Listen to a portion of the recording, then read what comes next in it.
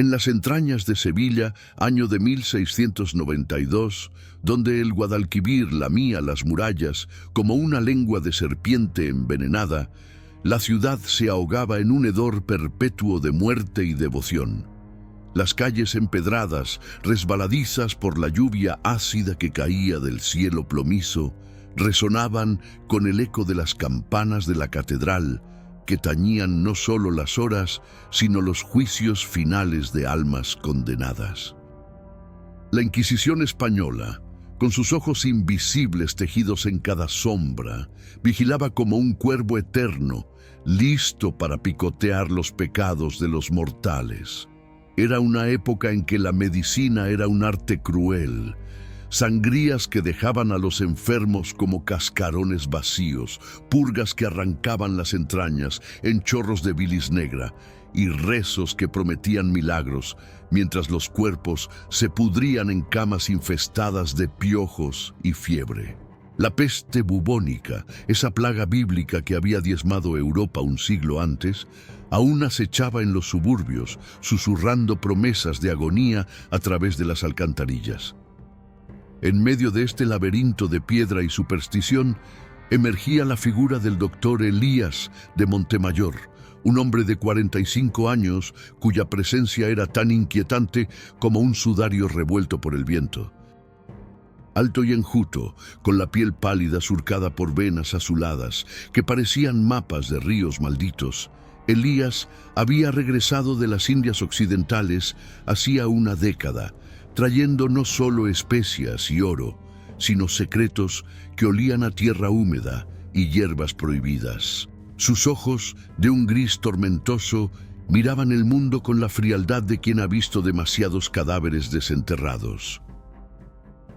Vestía el hábito negro de los médicos de la época, una túnica de lana áspera ceñida con un cordón de cuero, mangas anchas que ocultaban frascos de ungüentos oscuros y un sombrero de ala ancha que proyectaba sombras sobre su rostro anguloso, marcado por una cicatriz en la mejilla izquierda, recuerdo de una flecha indígena en las selvas de Nueva Granada. Elías no era un santo ni un demonio, sino un hereje en gestación, un hombre cuya fe en la razón lo había llevado a cuestionar los dogmas de la Iglesia y el Colegio de Médicos. En las Indias había aprendido de chamanes que masticaban hojas venenosas para curar mordeduras de serpiente, de esclavos africanos que invocaban espíritus con raíces que aliviaban el dolor de partos sangrientos, y de mujeres indígenas que susurraban fórmulas ancestrales bajo la luna llena.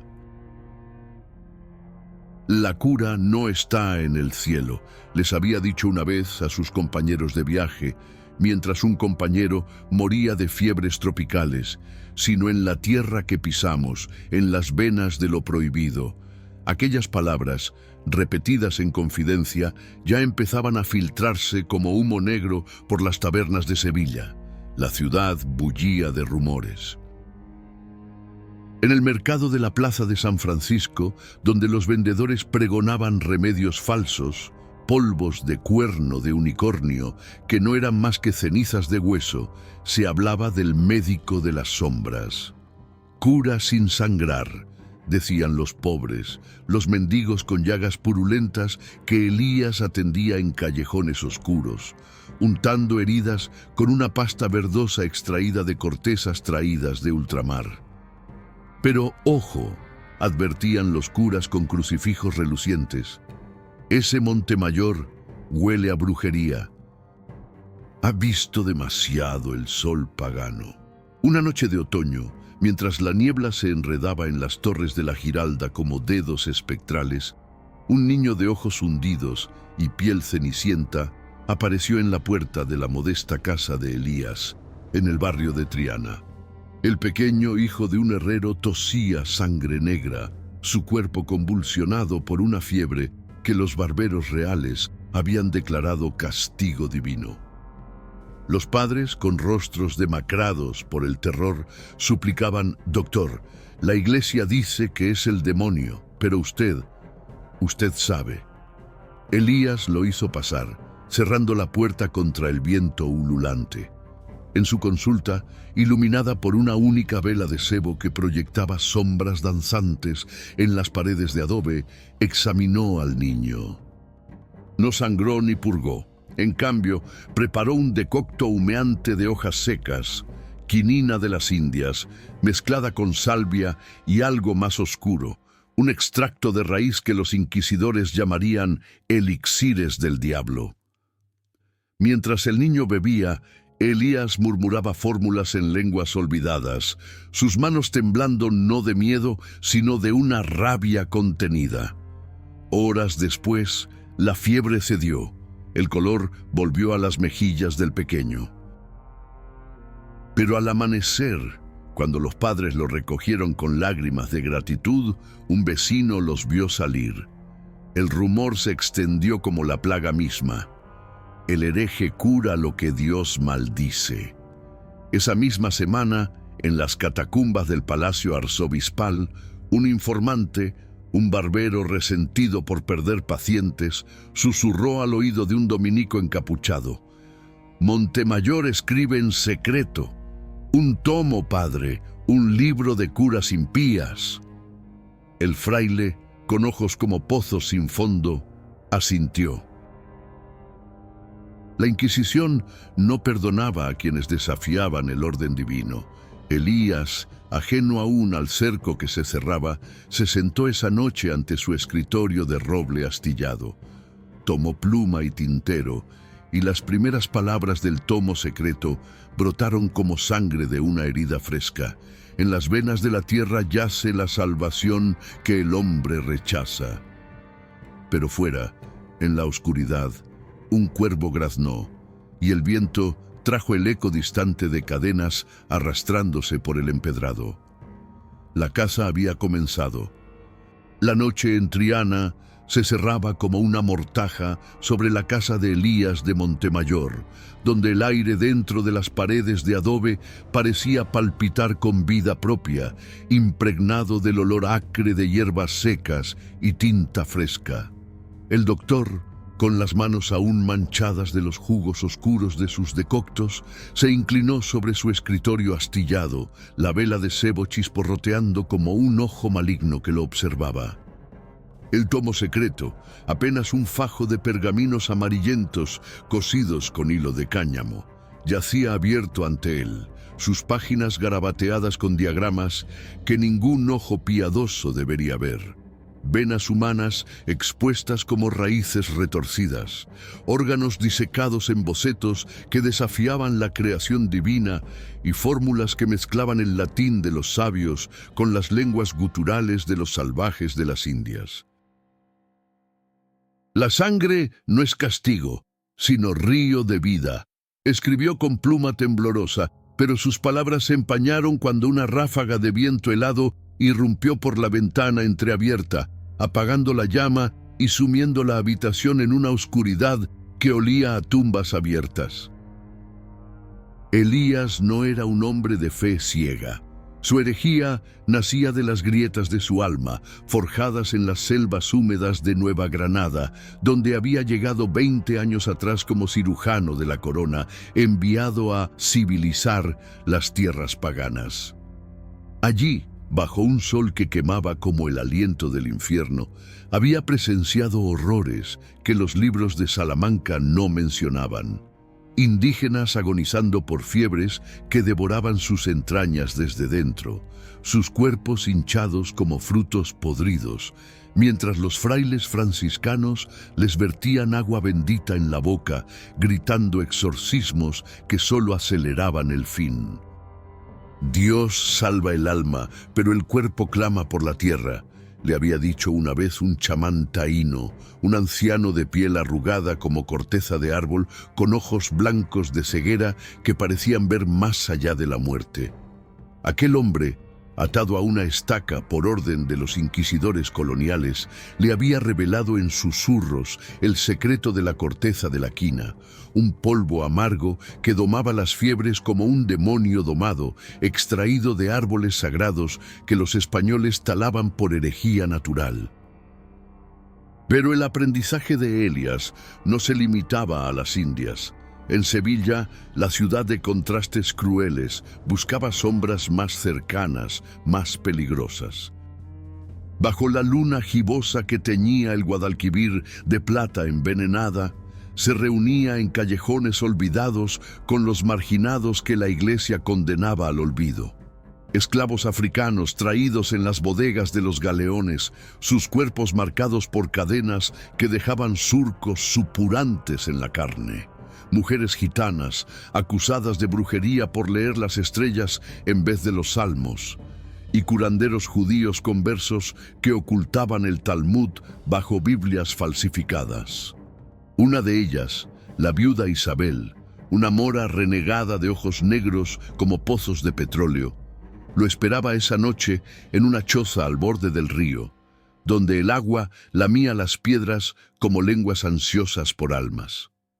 «Ven, doctor», le dijo con voz ronca, su rostro velado por un pañuelo raído que no ocultaba las cicatrices de un auto de fe fallido. «La Inquisición quema lo que no entiende, pero yo te mostraré lo que arde en la oscuridad». Dentro de la choza, iluminada por un brasero de carbón que escupía humo negro como el aliento de un dragón herido, Isabel desplegó su arsenal prohibido. Frascos de vidrio opaco con larvas que devoraban pus de heridas infectadas, raíces de mandrágora que gritaban al ser arrancadas de la tierra, según las leyendas, eco de almas atrapadas, y un ungüento de grasa de lobo mezclado con sangre de murciélago que aliviaba las convulsiones de los poseídos o de los envenenados por la ignorancia médica. «Esto no es magia, Elías», murmuró ella mientras molía hojas de belladona en un mortero de piedra grabado con símbolos hebreos. «Es la memoria de la tierra, rechazada por los que temen mancharse las manos». Él probó el ungüento en su propia piel, sintiendo un ardor que subía como fuego infernal por sus venas, pero que aclaraba la mente como un rayo en la tormenta. Tomó notas febriles, copiando recetas que hablaban de equilibrar los humores del cuerpo no con lancetas, sino con el pulso de la naturaleza. Infusiones de corteza de sauce para el dolor que no sangraba al paciente, y cataplasmas de arcilla y miel para sellar heridas que la gangrena devoraba como bestias invisibles. Sin embargo, mientras la lección avanzaba, el terror se coló en la mente de Elías como niebla por las grietas. En las Indias había perdido a su esposa, Ana, una joven sevillana de piel olivácea y risa como campanas, a una fiebre tropical que los frailes trataron con rezos y purgas de mercurio. Él la vio morir en sus brazos, su vientre hinchándose con un feto no nacido que se pudría dentro de ella, los ojos de Ana suplicando mientras vomitaba bilis negra. «¡Salva al niño!», había gritado, pero las sangrías oficiales la habían dejado como un espectro blanco. Aquella noche, en la choza de Isabel, la visión regresó. Ana apareció en las sombras del brasero, su rostro descompuesto, gusanos retorciéndose en su boca abierta, extendiendo una mano esquelética hacia el tomo. «Hereje, tú me mataste con tu orgullo», susurró el fantasma, y Elías se dobló, sudando frío, mientras Isabel lo sujetaba. «Son los espíritus de los rechazados», le dijo ella. «Te persiguen porque tu libro los invocará». Al amanecer, cuando el sol se filtraba como sangre diluida por las rendijas, Elías regresó a su casa con el corazón latiendo como un tambor de ejecución. Agregó al tomo una página nueva. «Las visiones son el precio de la verdad, la cura, el veneno para los ciegos». Pero no estaba solo.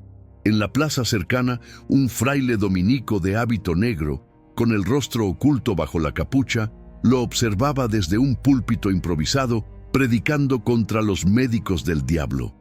El informante del barbero había hablado. Un espía de la Inquisición, disfrazado de mendigo, merodeaba ya las calles de Triana, sus orejas atentas a los susurros de herejía.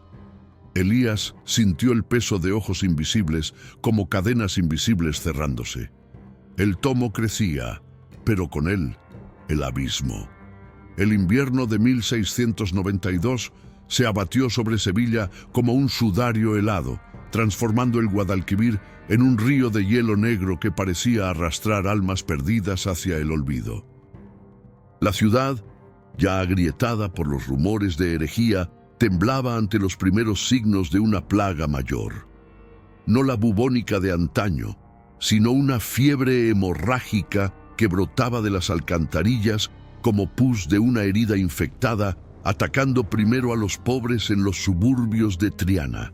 Los cuerpos aparecían en las calles al amanecer, hinchados y amoratados, con sangre brotando de los ojos y la boca como lágrimas de un mártir invertido.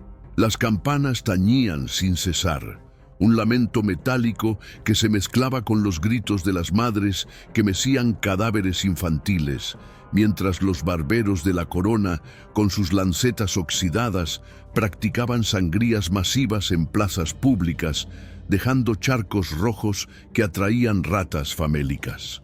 «Es el azote de Dios por los impíos», bramaban los frailes desde los púlpitos, sus voces roncas como el graznido de cuervos, mientras la Inquisición multiplicaba sus redadas nocturnas, arrastrando a conversos y curanderos a las mazmorras del Alcázar, donde los alaridos de tortura se filtraban como humo por las grietas. Elías de Montemayor, aislado en su casa como un lobo acorralado, sentía la plaga como un pulso en sus propias venas. Las visiones de su esposa Ana lo asaltaban con más furia ahora.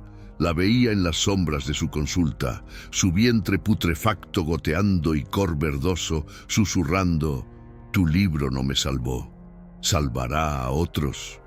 Pero el terror no lo paralizaba, lo impulsaba. Día y noche, bajo la luz mortecina de velas que goteaban cera como sangre coagulada, Elías expandía el tomo secreto. Sus páginas, ahora un centenar, detallaban no solo remedios, sino herejías profundas, diagramas de la circulación sanguínea inspirados en disecciones clandestinas de cadáveres robados de fosas comunes, cuerpos de apestados con entrañas expuestas, venas como serpientes dormidas. Recetas para contrarrestar la fiebre con infusiones de corteza de sauce y jugo de limón de las Indias que equilibraban los humores sin derramar una gota de vida. Y anotaciones sobre la alquimia del alma, donde el dolor físico se curaba invocando el equilibrio de la tierra, no el látigo de la penitencia eclesiástica. La plaga no es divina, garabateaba con tinta que parecía sangrar en el pergamino, sino un desequilibrio que el hombre, no Dios, debe restaurar. Cada palabra era un desafío al tiempo, un grito silencioso contra la medicina que mataba en nombre de la salvación. La epidemia lo llamó a las calles esa semana fatídica. Un mensajero, un muchacho escuálido con la piel moteada de manchas rojas como marcas del diablo, irrumpió en su puerta al atardecer jadeando. «Doctor, mi hermana, en el barrio de la Macarena. Los curas la han sangrado 3 veces. Vomita sangre negra y convulsiona como endemoniada». Elías, con su morral de cuero repleto de frascos tintineantes, salió al laberinto de callejones donde la niebla se enredaba en las farolas como velos de viudas. La casa de la familia era un tugurio de madera podrida, el aire dentro espeso de gemidos y el hedor de excrementos secos. La paciente, una joven de 20 años llamada Catalina, yacía en un jergón infestado de pulgas, su rostro un máscara de agonía. Labios agrietados que escupían flemas sanguinolentas, ojos enrojecidos que rodaban como dados en un juego macabro y un abdomen distendido que palpitaba como si algo vivo se retorciera en su interior. Los frailes ya habían pasado, habían rociado sal y recitado salmos sobre ella, declarando la fiebre obra de Satanás, y los barberos habían abierto sus venas, dejando surcos irregulares que supuraban pus amarillo. Elías la examinó con manos que no temblaban, aunque su corazón latía como un prisionero encadenado. «No más sangre», murmuró a los padres, que lo miraban con ojos de corderos al matadero. Preparó su elixir en un mortero improvisado, corteza de quina molida con miel y un toque de belladona para calmar las convulsiones, un brebaje que olía a tierra húmeda y muerte contenida. Mientras Catalina lo bebía a sorbos entre arcadas, él aplicó cataplasmas de arcilla fresca en sus sienes ardientes, murmurando en taíno: «La tierra te guarda, no te rechaza». Por un momento pareció funcionar. La fiebre cedió, el color volvió a sus mejillas y ella susurró un «gracias», que sonó como un eco de esperanza en la oscuridad. Elías anotó todo en una página suelta del tomo, escondida en su morral. La hemorragia se detiene con el equilibrio, no con la mutilación. Pero el horror acechaba en las sombras. Horas después, cuando la noche se profundizó en un abismo sin estrellas, Catalina convulsionó de nuevo, más violentamente. Sus ojos se abrieron de par en par, inyectados de sangre, y un ro de vómito negro brotó de su boca, salpicando las paredes como pintura infernal. «¡El demonio la posee!», gritó la madre retrocediendo. Elías luchó por contenerla, inyectando más elixir, pero era tarde. La plaga, agravada por las sangrías previas, había devorado sus entrañas. Catalina se arqueó como un arco roto, un estertor gutural escapando de su garganta, y expiró con los ojos fijos en el techo, como si mirara al verdugo invisible. El silencio que siguió fue peor que los gritos, un vacío que olía a fracaso. Los padres, en un arrebato de pánico supersticioso, lo acusaron ante los vecinos. «Este hereje la mató con sus pociones paganas. Llamad a la iglesia». Al alba, mientras Elías enterraba sus notas manchadas de sangre en el tomo, un carro de la Inquisición pasó por la calle, sus ruedas crujiendo como huesos rotos. Un dominico, el mismo que lo había espiado en la plaza, descendió con un pergamino sellado, la primera citación formal. «Doctor Montemayor, se os acusa de brujería médica. Vuestra cura es veneno para el alma». Elías lo leyó con labios pálidos, sintiendo el peso del tomo en su pecho como una losa funeraria. La plaga se extendía, pero su verdadero enemigo, el rechazo fanático, acababa de declarar guerra. En las páginas finales de esa sección del libro, escribió con mano firme: «La primera sangre mancha estas líneas. La cura que salva a unos condena al que la ofrece». La citación de la Inquisición llegó como un sudario sobre la vida de Elías de Montemayor, envuelta en un pergamino lacrado con cera roja que olía a incienso quemado y promesas de fuego eterno. Sevilla, ahora un laberinto de sospechas donde cada sombra parecía un delator, se cerraba alrededor de él como las mandíbulas de una bestia. La plaga hemorrágica avanzaba implacable.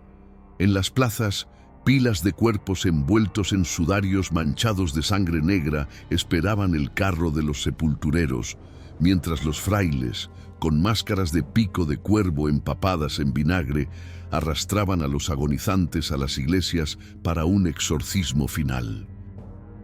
El Guadalquivir, hinchado por lluvias torrenciales, arrastraba cadáveres hinchados que flotaban como frutos malditos, sus rostros desfigurados por pústulas que estallaban al tocar la orilla.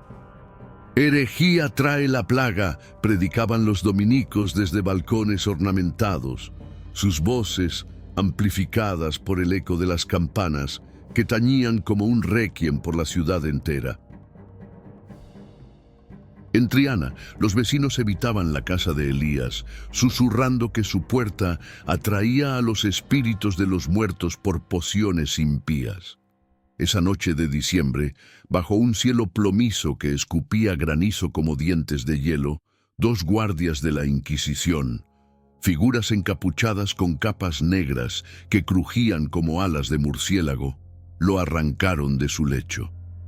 No hubo grilletes visibles, solo una orden susurrada. «Venid en silencio, doctor, o la plaga será lo menos que temáis». Lo llevaron a través de callejones empedrados, resbaladizos por la lluvia, donde las farolas de aceite proyectaban sombras alargadas que danzaban como almas penadas. El destino era el Alcázar de Sevilla, esa fortaleza morisca convertida en nido de inquisidores, con sus patios internos laberínticos y mazmorras subterráneas donde el eco de los alaridos se mezclaba con el goteo eterno de agua en piedra húmeda. Elías, con su túnica empapada y el morral apretado contra el pecho, donde ocultaba fragmentos del tomo secreto, sintió el frío calar sus huesos como un presagio de la hoguera. Lo condujeron a una sala secreta en las entrañas del edificio, iluminada por antorchas que chisporroteaban en soportes de hierro forjado, proyectando un resplandor anaranjado sobre paredes de piedra musgosa cubiertas de grafitis de prisioneros pasados. Cruces torcidas, nombres borrados por el tiempo y dibujos de demonios con cuernos retorcidos. En el centro, una mesa de roble oscuro manchada de cera y sangre seca. Alrededor, tres figuras: el inquisidor general, Fray Diego de la Torre, un hombre de 60 años con rostro ascético como un cráneo envuelto en piel, ojos hundidos que brillaban con fanatismo, un notario con pluma en mano, temblando ligeramente, y un torturador silencioso, un gigante con manos callosas marcadas por cicatrices de látigos. «Siéntese, Montemayor», ordenó Fray Diego con voz suave como seda rasgada, pero cargada de veneno. «No sois acusado aún, solo interrogado. Contadnos de vuestras curas en las Indias. ¿Qué hierbas paganas trajisteis que os hacen desafiar la voluntad divina?» Elías se sentó, el corazón latiéndole como un prisionero enjaulado, pero su orgullo hereje lo sostuvo. Reveló fragmentos calculados. Habló de la corteza de quina, un don de la tierra americana que doma la fiebre sin derramar sangre, como Cristo calmó las tormentas.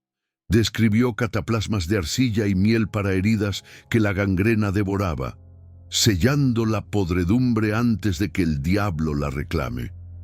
Fray Diego escuchaba, sus dedos entrelazados como garras, mientras el notario garabateaba.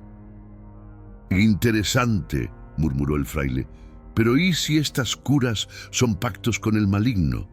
Catalina, la joven que expiró en vuestras manos, ¿no fue su muerte un signo?» Elías tragó saliva, recordando el estertor de la muchacha, su vómito negro salpicando el suelo como un bautismo invertido. «La sangría de vuestros barberos la debilitó, mi elixir luchó, pero la plaga es traicionera». El interrogatorio se profundizó. Le preguntaron por disecciones prohibidas, por visiones de espíritus indígenas que lo guiaban en la noche. Elías negó lo sobrenatural, pero admitió: «El cuerpo es un templo de humores, no un altar para lancetas ciegas». Mientras tanto, en las sombras del interrogatorio, un espía de la Inquisición, el mismo barbero resentido que había denunciado la muerte de Catalina, un hombre de rostro porcino y ojos codiciosos, merodeaba la casa de Elías en Triana. Bajo la lluvia que azotaba las tejas como flagelos, forzó la puerta con una ganzúa improvisada, el corazón latiéndole con avaricia y miedo. El interior era un caos de frascos rotos y pergaminos esparcidos, el aire espeso de olores a hierbas marchitas y tinta rancia. Encontró el escondite bajo el escritorio. Un panel suelto reveló el tomo secreto, sus páginas abiertas en un diagrama macabro de un corazón humano diseccionado, venas ramificadas como raíces de un árbol maldito y anotaciones en márgenes. La circulación rechaza la sangría, el flujo es vida, no pecado. El espía, temblando, arrancó 3 páginas. Recetas de belladona y mandrágora, fórmulas que prometían curar convulsiones pero olían a brujería. «Esto bastará para la hoguera», susurró, metiéndolas en su jubón, pero al salir, un viento helado apagó su linterna y juró oír un susurro, la voz de Ana, ladrón de secretos, el abismo te espera. De vuelta en el Alcázar, el interrogatorio culminó con una advertencia velada. Id con cuidado, doctor. La plaga azota, pero la herejía quema más hondo. Elías salió al alba, libre pero marcado, el tomo incompleto en su morral. Pero el espía ya había corrido a Fray Diego con las páginas robadas que el fraile desplegó bajo la luz de una vela. «Mirad, hermanos, el veneno escrito, este Montemayor no cura, invoca». El fraile sonrió, un gesto que helaba la sangre. La cacería se volvía personal, y el tomo, ahora herido, sangraba secretos que acelerarían el juicio. Elías, caminando bajo la lluvia que lavaba las calles de sangre invisible, sintió el peso. Su cura, rechazada por el tiempo, atraía no salvación, sino llamas eternas. La plaga hemorrágica estalló en Sevilla como un volcán de pus y agonía, transformando la ciudad en un infierno vivo donde el Guadalquivir se tiñó de rojo con los desechos de los moribundos. Era enero de 1693, y el invierno implacable azotaba las calles con vientos que aullaban como almas en pena, arrastrando hojas secas y jirones de sudarios rasgados por el viento. Los cuerpos se amontonaban en las plazas como ofrendas macabras, pieles amoratadas que estallaban en burbujas de sangre coagulada, ojos hundidos en cuencas negras que miraban al vacío y bocas abiertas en gritos mudos, congelados en el último estertor. Las iglesias, rebosantes de fieles aterrorizados, se convertían en trampas mortales. El contagio se propagaba por el sudor de los cuerpos apiñados, y los frailes, con sus hábitos manchados de vómito negro, administraban los últimos sacramentos sobre pilas de cadáveres que apestaban a carne putrefacta. En el barrio de la Macarena, carros de la muerte rodaban al amanecer, sus ruedas crujiendo sobre adoquines resbaladizos por sangre y bilis, mientras los sepultureros, con máscaras de cuero empapadas en hollín, lanzaban cuerpos inertes a fosas comunes que se llenaban como bocas insaciables. «La ira de Dios por los herejes», gritaban los predicadores desde torres improvisadas, pero en el fondo el pánico era palpable. La medicina oficial fallaba, sus sangrías masivas dejando a los pacientes como cascarones exangües, y las purgas de mercurio quemando las entrañas hasta que los agonizantes se retorcían como gusanos en una sartén. Elías de Montemayor, ahora un fantasma en su propia ciudad, no podía quedarse al margen. Las páginas robadas del tomo secreto circulaban en manos de la Inquisición, fórmulas de belladona y mandrágora que Fray Diego de la Torre estudiaba con asco y fascinación en las catacumbas del Alcázar. Pero Elías sentía el llamado de la plaga como un latido en sus venas. Armado con su morral de remedios prohibidos, salió a las calles al anochecer, cuando la niebla se enredaba en las farolas como velos de viudas espectrales. En una posada derruida cerca del Arenal, encontró a una docena de marineros infectados, traídos de las Indias en galeones apestados. Hombres robustos, reducidos a esqueletos temblorosos, sus pieles cubiertas de manchas rojas que supuraban como llagas bíblicas, tosiendo sangre espesa que salpicaba las mesas de madera astillada. «Los barberos nos mataron con sus cuchillos», gimió uno, un gigante con el rostro desfigurado por pústulas que resumaban pus amarillento. Elías no dudó. Preparó decoctos de quina y salvia en un caldero improvisado sobre una fogata que proyectaba sombras danzantes como demonios burlones, distribuyendo cataplasmas de arcilla y miel que sellaban las heridas antes de que la gangrena las devorara como bestias invisibles.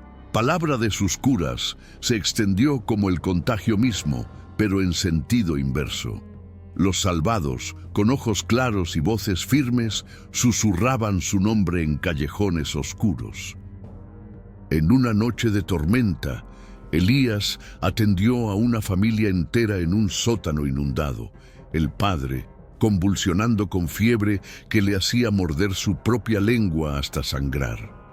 La madre, con el vientre hinchado por hemorragias internas que la hacían gemir como un animal herido, y dos niños pálidos como cera, con manchas que trepaban por sus cuellos como enredaderas venenosas.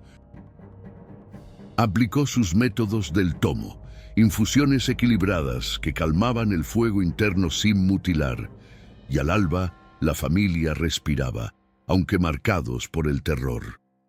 «Sois un milagro, doctor», sollozó la madre, besando sus manos manchadas de hierbas. Pero Elías sabía la verdad. No era milagro, sino ciencia rechazada, un puente entre la tierra y el cuerpo que la iglesia pisoteaba por orgullo. Agregó al tomo, escondido en un doble fondo de su morral, una nota febril.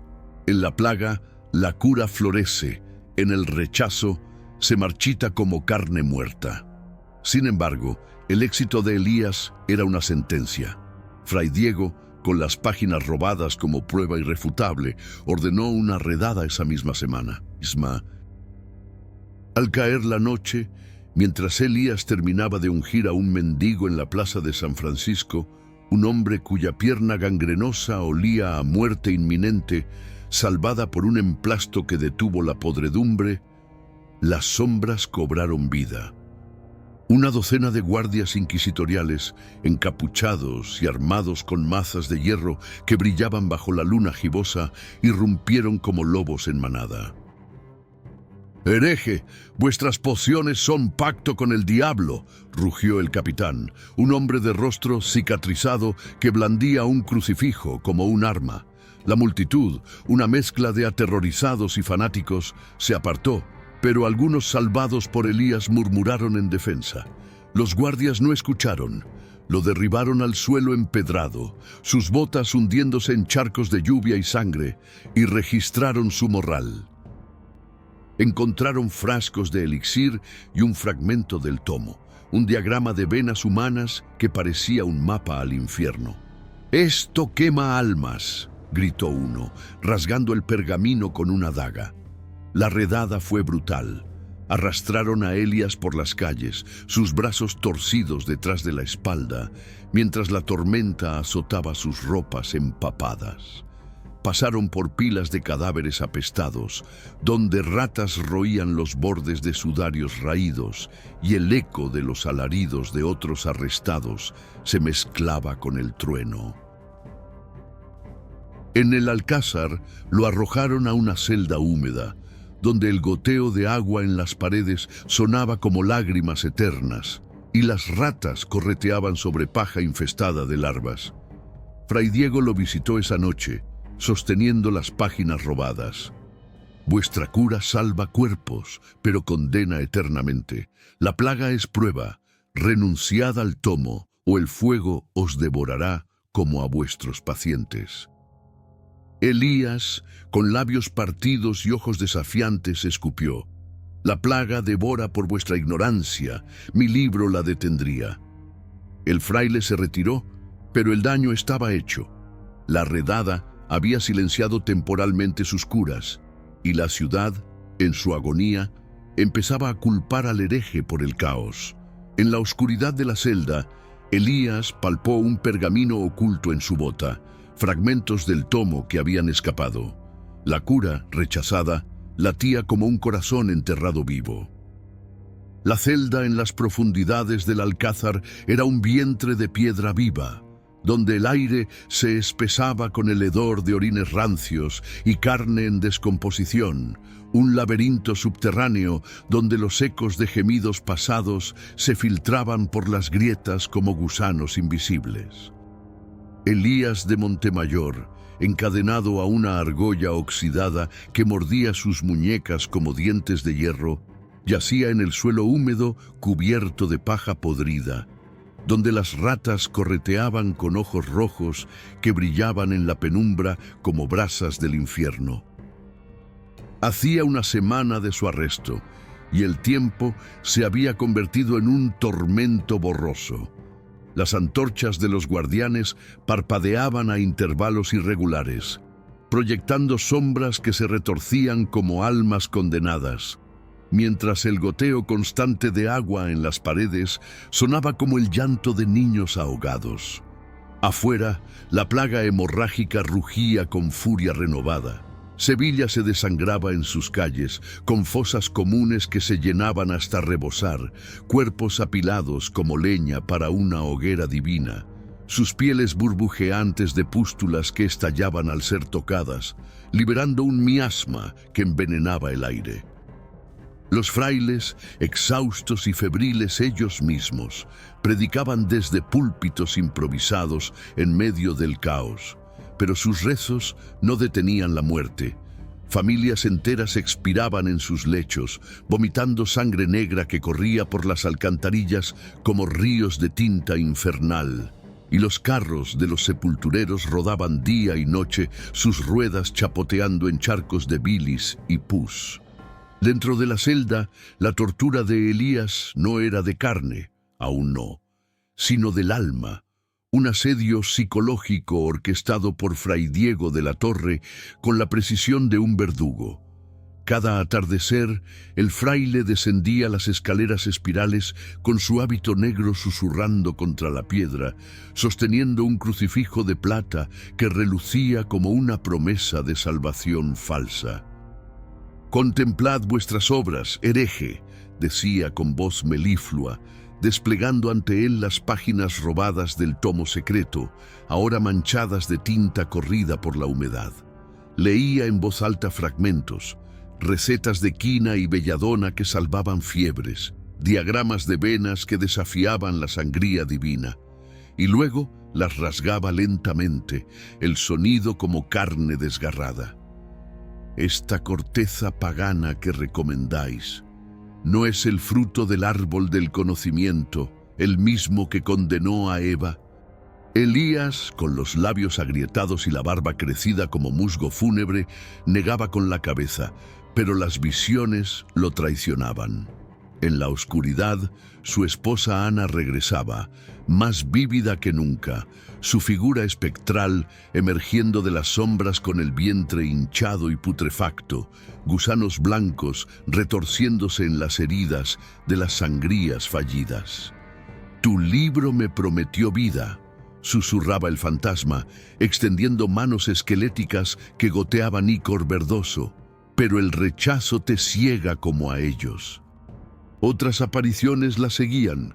Catalina, la joven muerta, con ojos inyectados de sangre que lo acusaban, marineros salvados que ahora yacían en fosas, sus rostros descompuestos murmurando: «Hereje, nos condenaste al fuego eterno». El fraile alimentaba estas alucinaciones con sutileza cruel. Le traía migajas de pan mohoso y agua turbia, susurrando durante horas sobre los pecados de la carne, cómo la plaga era castigo por lujurias coloniales, por los ritos paganos que Elías había aprendido en las Indias. «Renunciad al tomo», insistía, «quemadlo en vuestra mente o vuestras visiones se harán eternas en el purgatorio». Elías resistía, recitando en silencio fórmulas del libro «El equilibrio de humores es la verdadera penitencia». Pero el aislamiento lo carcomía. Soñaba con disecciones vivientes, su propio cuerpo abierto como un mapa, venas expuestas latiendo con sangre envenenada por la duda. La plaga, mientras tanto, empeoraba afuera. Informes filtrados por guardianes hablaban de nobles cayendo, sus palacios convertidos en mausoleos donde sirvientes agonizaban en salones de mármol salpicados de vómito, y el Guadalquivir flotando con cadáveres que los peces roían hasta los huesos. La medicina oficial colapsaba. Las sangrías masivas en conventos dejaban a monjas como espectros exangües, y los exorcismos terminaban en convulsiones fatales, alimentando el ciclo de terror. En medio de esta agonía, un aliado surgió de las sombras, como un rayo en la tormenta.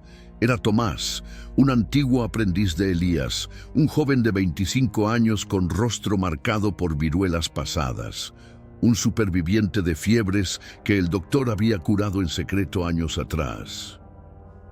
Tomás, ahora un boticario en las afueras de Triana, había visto la redada y, impulsado por gratitud y miedo, se infiltró en el alcázar disfrazado de sepulturero, su carro cargado de cuerpos apestados como cobertura. Bajo la luna nueva que teñía el cielo de negro absoluto, se acercó a la celda de Elías a medianoche, cuando los guardianes dormían ebrios de vino agrio. «Maestro», susurró a través de las rejas oxidadas, su voz un hilo en la oscuridad. «La ciudad muere sin vuestro saber. He escondido el tomo completo en mi taller, bajo el piso de la trastienda, las páginas que no robaron, con las curas para la hemorragia que podrían salvar miles». Extendió un frasco pequeño a través de las barras, un elixir concentrado de quina y salvia, robado de las reservas de Elías. «Bebed, os mantendrá vivo. Fray Diego planea el juicio público. La Inquisición quiere quemar el libro ante la catedral como espectáculo para acallar el pánico». Elías tomó el frasco con manos temblorosas, el líquido amargo quemando su garganta como fuego purificador, aclarando momentáneamente las visiones. «El rechazo es su arma, Tomás», murmuró, «pero el tomo es semilla, plantadla donde el tiempo la acepte».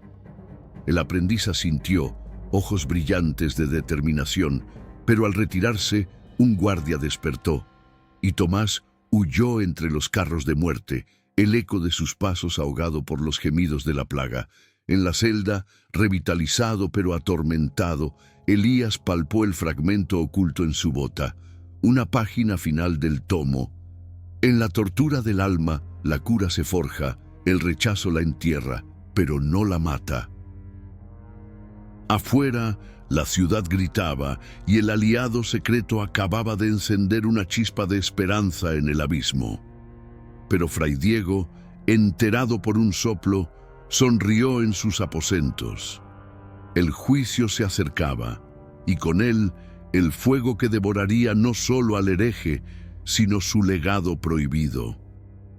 La plaza de San Francisco, corazón palpitante de Sevilla, se transformó en un anfiteatro de muerte y juicio bajo el sol abrasador de febrero de 1693, donde el aire vibraba con el zumbido de moscas atraídas por pilas de cadáveres apilados en los rincones, sus cuerpos hinchados y negros como frutos podridos bajo el calor. La plaga hemorrágica, ahora un leviatán desatado, había cruzado las barreras de la pobreza. No solo los mendigos y marineros yacían en las calles, sino que la fiebre irrumpía en los palacios, devorando a la élite con la misma saña indiferente. Nobles de encaje y brocados, antes intocables, convulsionaban en sus camas de terciopelo, vomitando sangre que manchaba tapices antiguos, mientras sus sirvientes, aterrorizados, huían dejando puertas abiertas al viento fétido. Las campanas de la catedral tañían sin pausa, un requiem interminable que se mezclaba con los alaridos de la multitud reunida en la plaza. Miles de almas demacradas, rostros pálidos surcados por el miedo, apiñados contra barricadas de madera astillada, sus ropas raídas oliendo a sudor y podredumbre. «¡Quemad al hereje!», coreaban algunos, impulsados por frailes que agitaban crucifijos relucientes, pero otros susurraban dudas. Si la plaga no respeta rangos, ¿por qué sus curas sí? Elías de Montemayor, fue arrastrado al centro de este circo macabro al mediodía, flanqueado por guardias inquisitoriales con masas de hierro que golpeaban el empedrado como martillos de ejecución. Salido de su celda tras semanas de aislamiento, su figura era un espectro andante, la túnica negra hecha jirones, colgando de un cuerpo enjuto marcado por moretones de cadenas invisibles, la barba crecida como licuen fúnebre y los ojos grises hundidos en cuencas oscuras, brillando con una mezcla de desafío y agotamiento. Las visiones de las torturas pasadas lo seguían como sombras pegajosas, Ana susurrando desde la multitud, su rostro descompuesto extendiendo manos ensangrentadas, pero el elixir de Tomás, escondido en su bota, le daba fuerzas para erguirse ante el patíbulo improvisado. Fray Diego de la Torre presidía desde un estrado elevado, su hábito blanco inmaculado contrastando con el caos, sosteniendo las páginas robadas del tomo secreto como trofeos profanos. «Pueblo de Dios», proclamó con voz amplificada por el eco de la plaza, «este Montemayor, médico hereje, ha invocado demonios con sus pociones paganas. Su libro, el tomo secreto, es un tratado del diablo, disecciones impías, hierbas de brujos indígenas que desafían la sangría divina. Catalina murió por su mano, y la plaga es su maldición». La multitud rugió, un mar de puños alzados y rostros contorsionados por el hambre y el terror, pero el juicio se torció cuando la plaga irrumpió en el corazón del poder. En el estrado, al lado de Fray Diego, yacía el arzobispo de Sevilla, un hombre obeso de 60 años con mitra bordada en oro, que había insistido en presidir para mostrar fortaleza divina. Horas antes, en su palacio, había sido sangrado por los médicos reales, 4 venas abiertas, derramando sangre en vacías de plata hasta que su rostro palideció como cera. Ahora, en público, convulsionó. Un estertor gutural escapó de su garganta y sangre negra brotó de su nariz y oídos, salpicando el hábito del fraile. «¡Su eminencia! ¡El demonio!», gritó un guardia, mientras el arzobispo se arqueaba, sus ojos inyectados rodando como dados en un infierno personal, el cuerpo hinchándose bajo las vestiduras con burbujas de pus que estallaban audiblemente. La multitud jadeó, el pánico propagándose como el contagio. Mujeres gritaban, hombres se apartaban pisoteando a los débiles y un niño en brazos de su madre vomitó bilis sobre el empedrado, iniciando un caos de cuerpos chocando. Elías, encadenado al poste central, vio la oportunidad en el horror. «Mirad», exclamó con voz ronca que cortó el tumulto como un bisturí. «La plaga no distingue cruz de corona. Vuestras sangrías la alimentan, no la aplacan.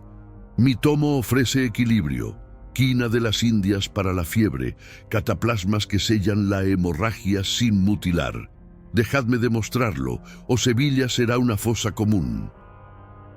Fray Diego, salpicado de sangre arzobispal, palideció pero contraatacó. «Mentiras del maligno. Este libro quema almas, lo probaremos en las llamas». Ordenó que trajeran el tomo completo, recuperado por espías de la Inquisición del taller de Tomás, quien había sido arrestado esa mañana y torturado en silencio, y lo arrojaron a una pira improvisada en la plaza, rociada con aceite que olía a muerte inminente.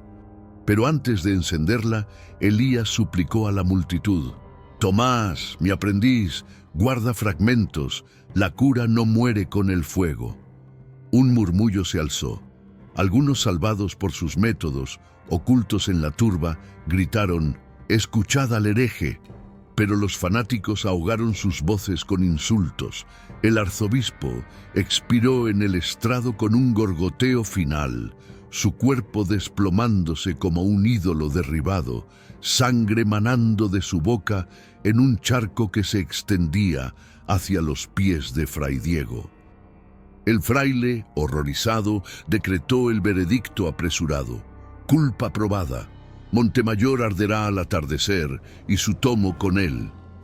La multitud, dividida entre terror y rabia, se dispersó en estampida, dejando la plaza sembrada de cuerpos pisoteados y vómitos frescos. Elías, arrastrado de vuelta a su celda, sintió el peso del rechazo. Su cura, ofrecida en el clímax del horror, había sido pisoteada como los débiles en la plaza. En la oscuridad, palpó un último fragmento oculto, una receta garabateada por Tomás durante la redada Yurro. El tiempo rechaza, pero la semilla germina en la ceniza. Afuera, la plaga reía y el fuego se preparaba para devorar lo que el fanatismo no podía curar. Las mazmorras del Alcázar descendían como venas abiertas hacia el corazón oscuro de la tierra, un laberinto de piedra fría donde el eco de los alaridos se entretejía con el goteo de agua encharcada, un coro eterno de agonía que parecía alimentarse de las almas de los condenados. Era la víspera de la ejecución de Elías de Montemayor, y la plaga hemorrágica, ahora un rey indiscutible de Sevilla, devoraba la ciudad sin piedad. Las calles eran ríos de cadáveres, pilas de cuerpos descompuestos que se pudrían bajo el sol de febrero, atrayendo enjambres de moscas que zumbaban como himnos fúnebres. En los palacios, la élite caía como dominós. Duquesas de encaje fino convulsionaban en salones perfumados, su sangre negra manchando alfombras persas, mientras los médicos reales, desesperados, practicaban sangrías que solo aceleraban el fin, dejando venas abiertas como bocas gritando en silencio. La Inquisición, acorralada por el pánico, redoblaba su furia. Frailes con ojos enrojecidos por la fiebre predicaban que la plaga era el juicio final por herejías como la de Elías, y las hogueras se preparaban en la plaza de San Francisco, rociadas con aceite que olía a carne chamuscada antes de encenderse. Elías, arrastrado de su celda al amanecer tras el juicio caótico, enfrentó la tortura física como un bautismo de fuego profano. Fray Diego de la Torre, con el hábito aún manchado de la sangre del arzobispo muerto, supervisaba desde un taburete elevado en la cámara de tormentos, una bóveda abovedada con paredes manchadas de sangre seca y herramientas de hierro colgadas como joyas macabras, tenazas al rojo vivo, poleas que estiraban miembros hasta el chasquido de huesos y la rueda dentada que rasgaba la piel como pergamino. «El alma se limpia en la carne», murmuró el fraile, mientras el torturador, un coloso de músculos nudosos y rostro marcado por cicatrices de auto de fe, desnudaba a Elías hasta la cintura, exponiendo su torso enjuto surcado por moretones de cadenas pasadas. Comenzaron con las tenazas, metal candente mordiendo la carne de su hombro, el siseo de piel quemándose, llenando el aire con un hedor a carne asada que hacía náuseas incluso al verdugo. Elías gritó, un sonido gutural que reverberó en las paredes, pero mordió su labio hasta sangrar para no suplicar. «Revelad el tomo entero», exigió Fray Diego, acercando una página robada al fuego de una antorcha.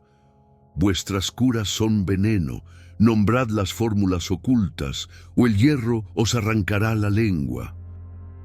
Bajo el dolor lancinante que subía por sus nervios como serpientes de fuego, las visiones regresaron con furia. Ana, su esposa espectral, apareció en las llamas de la antorcha, su vientre putrefacto goteando sobre las tenazas, susurrando: «Diles, salva lo que queda». Elías, sudando ríos de agonía, soltó fragmentos involuntarios. La quina con corteza de sauce equilibra la hemorragia, no sangrías, sino infusiones que sellan las venas desde dentro. El notario garabateaba febrilmente, mientras el torturador aplicaba la rueda, dientes de hierro rasgando su espalda en surcos profundos que sangraban como ríos rojos, exponiendo músculos que se contraían como gusanos vivos. Otro grito, y más revelaciones brotaron entre estertores. El ungüento de mandrágora y miel para convulsiones, calma el demonio de la fiebre sin exorcismos. Fray Diego sonreía, un gesto lobuno. Vuestra cura rechazada por Dios, el tomo arderá completo, y con él vuestras mentiras paganas. Horas de tormento culminaron en un desmayo, el cuerpo de Elias colgando como un trapo sangriento, pero en su mente nublada palpaba el fragmento oculto en su bota, la última página intacta. El dolor forja la verdad, el rechazo la esconde en las grietas del tiempo. Lo habían roto, pero no doblegado. Las palabras soltadas eran migajas, no el pan entero. Mientras tanto, en las sombras de Triana, Tomás, el aprendiz leal, escapaba de su propio infierno. Arrestado durante la redada del juicio, había sido interrogado en una celda adyacente, sus dedos aplastados con martillos hasta que los huesos crujieron como ramas secas, pero no reveló nada. En la confusión del pánico postjuicio, con la plaga infectando incluso a los guardianes, que tosían sangre en las torres, Tomás se liberó de sus cadenas flojas, robando una daga de un cadáver de carcelero febril. Corrió por pasadizos olvidados del alcázar, el aire espeso de gemidos y ratas que roían carne muerta saliendo al Guadalquivir al anochecer. La ciudad era un cementerio vivo, cuerpos flotando en el río, como ofrendas al olvido, y patrullas inquisitoriales merodeando con antorchas que proyectaban sombras alargadas. Tomás, con el rostro ensangrentado y un brazo colgando inútil, se dirigió a su taller abandonado en las afueras, donde había escondido los fragmentos restantes del tomo antes de la redada. Un fajo de pergaminos cosidos, con diagramas de anatomía prohibida y recetas completas para contrarrestar la plaga, infusiones que equilibraban humores, cataplasmas que detenían la podredumbre. Bajo el piso de madera podrida, cavó un hueco con manos temblorosas, enterrando el paquete en una caja de estaño sellada con cera, cubriéndolo con tierra húmeda que olía a raíces muertas. «Maestro, el legado vive», murmuró mientras un cuervo graznaba en la oscuridad como un presagio de fuegos venideros. Al alba, Tomás huyó hacia las colinas andaluzas, disfrazado de peregrino, llevando en su mente las fórmulas memorizadas. En el alcázar, Elías fue arrastrado de vuelta a su celda, el cuerpo un mapa de heridas supurantes que la gangrena empezaba a morder, pero su espíritu ardía. El rechazo de la Inquisición había esparcido semillas del tomo, no las había extinguido. Fray Diego, sosteniendo las revelaciones torturadas, planeaba el auto de fe final. Mañana, el hereje y su libro arderán ante el pueblo y la plaga se aplacará con su ceniza. Pero en las grietas del tiempo, la cura rechazada ya germinaba, oculta como un corazón latiendo bajo la tierra. La plaza de San Francisco ardía bajo el sol poniente de febrero de 1693, transformada en un caldero de muerte donde el hedor de la plaga hemorrágica se mezclaba con el humo acre de antorchas y piras preparadas, un escenario final para el auto de fe que la Inquisición decretaba como purificación divina. Sevilla, ahora un cadáver hinchado de su antigua gloria, yacía en agonía. Las calles adyacentes eran cementerios abiertos, con fosas rebosantes de cuerpos descompuestos que se pudrían en capas, gusanos blancos retorciéndose en ojos ciegos y bocas abiertas en gritos eternos, mientras el Guadalquivir arrastraba restos flotantes como ofrendas al olvido. La multitud, un mar de rostros demacrados por la fiebre y el hambre, se apiñaba contra las barricadas de madera astillada, sus ojos brillantes de un terror supersticioso. Mujeres con pañuelos raídos mecían niños pálidos que tosían sangre negra. Hombres con brazos vendados por heridas supurantes murmuraban oraciones entre dientes. Y frailes encapuchados agitaban crucifijos relucientes como talismás contra el caos. El hereje trae la plaga, coreaban, pero en el fondo el pánico era palpable. La enfermedad había cegado a la mitad de la ciudad, nobles y mendigos por igual, dejando palacios vacíos donde ecos de estertores resonaban como fantasmas. Elías de Montemayor fue llevado al centro de esta pesadilla al atardecer, un espectro encadenado a un poste de roble grueso, rodeado de leña apilada como un nido de serpientes secas. Su cuerpo, destrozado por las torturas del día anterior, era un lienzo de horror, la espalda surcada por surcos profundos que supuraban pus amarillento, el hombro quemado con ampollas que estallaban al menor roce, y las muñecunas hinchadas por grilletes que mordían la carne hasta el hueso. La barba crecida enmarcaba un rostro ascético, pálido como cera funeraria, pero sus ojos grises ardían con una defiance final, fijos en el tomo secreto. Ahora un fajo de pergaminos robados y revelados, atados con cordel y rociados con aceite en una pira menor a sus pies. Fray Diego de la Torre, con el hábito blanco manchado de sangre seca del arzobispo, presidía desde un estrado elevado, su voz ronca amplificada por el viento ululante.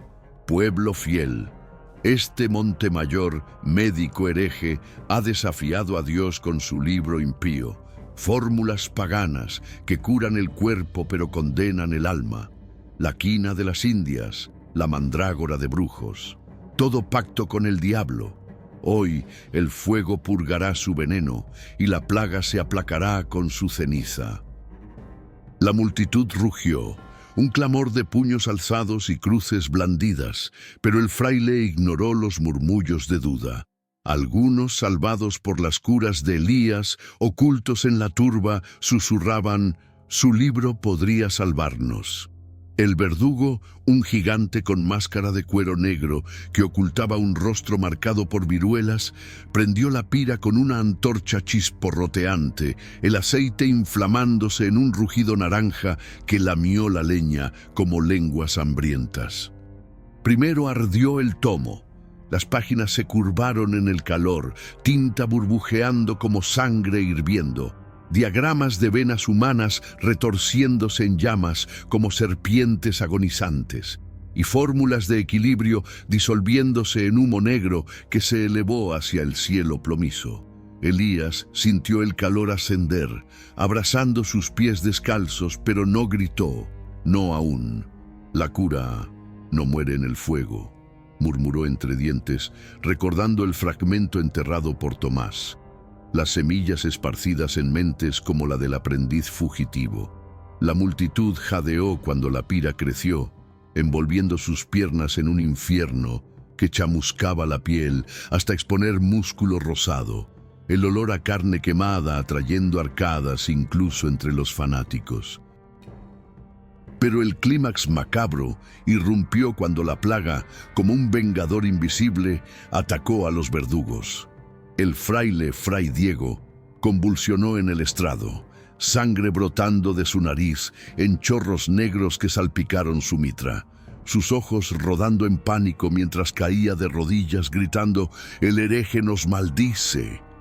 El verdugo, al avivar las llamas, tosió un estertor gutural, vómito sanguinolento manchando su máscara antes de desplomarse sobre la leña, su cuerpo convulsionando y alimentando el fuego con carne fresca. La multitud entró en pánico. Gritos ahogados, pisoteos que derribaron a los débiles y un niño en brazos de su madre estalló en pústulas que infectaron a los cercanos, propagando el caos como un incendio secundario. Elías, envuelto en llamas que devoraban su túnica y lamían su torso, exhaló su último aliento en un susurro ahogado por el crepitar. El tiempo rechazó, pero el tomo renacerá. Su cuerpo se arqueó en la pira, la piel burbujeando y estallando en un horror final, huesos crujiendo como leña seca, hasta que colapsó en un montón de cenizas humeantes que el viento dispersó como polvo maldito. La plaza se vació en estampida, dejando solo el eco de alaridos y el olor persistente de muerte quemada. Fray Diego, arrastrado por guardianes febriles, expiró esa noche en sus aposentos, su cuerpo hinchado como un sacrificio irónico. La plaga, sin herejes que quemar, siguió su curso, diezmando Sevilla hasta que el verano trajo un respiro incierto, pero el legado de Elías se hundió en el olvido, o eso creyeron. Siglos después, en 1792, bajo las ruinas de un convento abandonado en las afueras de Sevilla, un erudito polvoriento llamado don Álvaro de Córdoba desenterró una caja de estaño oxidada durante excavaciones para un nuevo archivo eclesiástico. El aire del sótano era espeso de polvo y moho, con ratas correteando sobre huesos antiguos que crujían bajo sus botas. Álvaro, un hombre de 50 años con gafas empañadas y manos temblorosas por la edad, abrió la caja con un chirrido que sonó como un lamento sepultado. Dentro, fragmentos amarillentos del tomo secreto, pergaminos cosidos por Tomás y preservados por la tierra húmeda, manchados de tierra y tinta desvaída. Diagramas de venas que anticipaban la circulación sanguínea, recetas de quina que prefiguraban quininas modernas y anotaciones sobre equilibrio humoral que desafiaban sangrías medievales. Curas rechazadas en su tiempo, pero ahora ecos de la medicina ilustrada. El médico hereje Elías de Montemayor, murmuró Álvaro sintiendo un escalofrío, como si los fantasmas de la plaga lo observaran desde las sombras. Pero el redescubrimiento fue macabro. Al leer en voz alta una fórmula bajo la luz de una vela, visiones lo asaltaron. Sombras de hogueras pasadas, susurros de Ana y Catalina acusándolo de tardanza, y el tomo, incompleto, parecía maldecido. Álvaro enfermó esa noche de una fiebre misteriosa, muriendo con sangre en los labios, como si el rechazo del tiempo cobrara su precio eterno. En las páginas finales, garabateadas por una mano temblorosa, quizá la de Tomás, antes de su propia muerte en las colinas, leía: «La cura que el tiempo rechazó late en la oscuridad. Quien la despierte enfrentará el abismo de los olvidados». El tomo, ahora en archivos polvorientos de Madrid, inspira médicos modernos sin saber su origen hereje, pero en noches de tormenta en Sevilla, los vientos del Guadalquivir aún susurran. El legado macabro de Elías no ardió del todo, solo esperó, como una plaga dormida, para renacer.